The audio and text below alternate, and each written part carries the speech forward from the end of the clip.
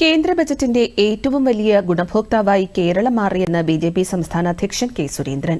ആദായനികുതി പരിധി 12 ലക്ഷമാക്കിയതിലൂടെ ഇടത്തരക്കാരും സർക്കാർ ഉദ്യോഗസ്ഥരും ഏറ്റവും കൂടുതലുള്ള സംസ്ഥാനമെന്ന നിലയിൽ കേരളത്തിന് പ്രയോജനം ലഭിക്കുമെന്നും അദ്ദേഹം കോഴിക്കോട് വാർത്താസമ്മേളനത്തിൽ പറഞ്ഞു. സ്ത്രീകൾക്കും കർഷകർക്കും യുവാക്കൾക്കും ഇത്രയും അധികം ആനുകൂല്യങ്ങൾ കിട്ടിയ മറ്റൊരു ബജറ്റ് രാജ്യം കണ്ടിട്ടില്ലെന്നും അദ്ദേഹം പറഞ്ഞു.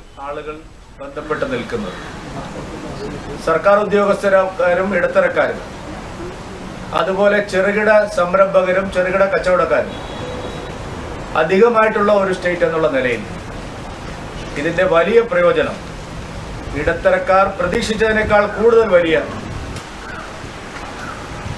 നടപടിയാണ് സർക്കാരിന്റെ ഭാഗത്തുനിന്നുണ്ടായിരിക്കുന്നത്.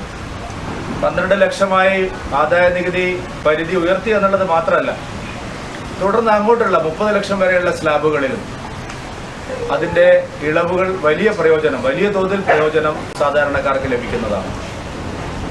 മാസത്തിൽ 5000 മുതൽ 20,000 രൂപ വരെ ലാഭിക്കാൻ സർക്കാർ ഉദ്യോഗസ്ഥന്മാർക്കും ഇടത്തരക്കാർക്കും കഴിയുന്നു എന്നുള്ളതാണ് ഇതിന്റെ ഏറ്റവും വലിയ പ്രയോജനം.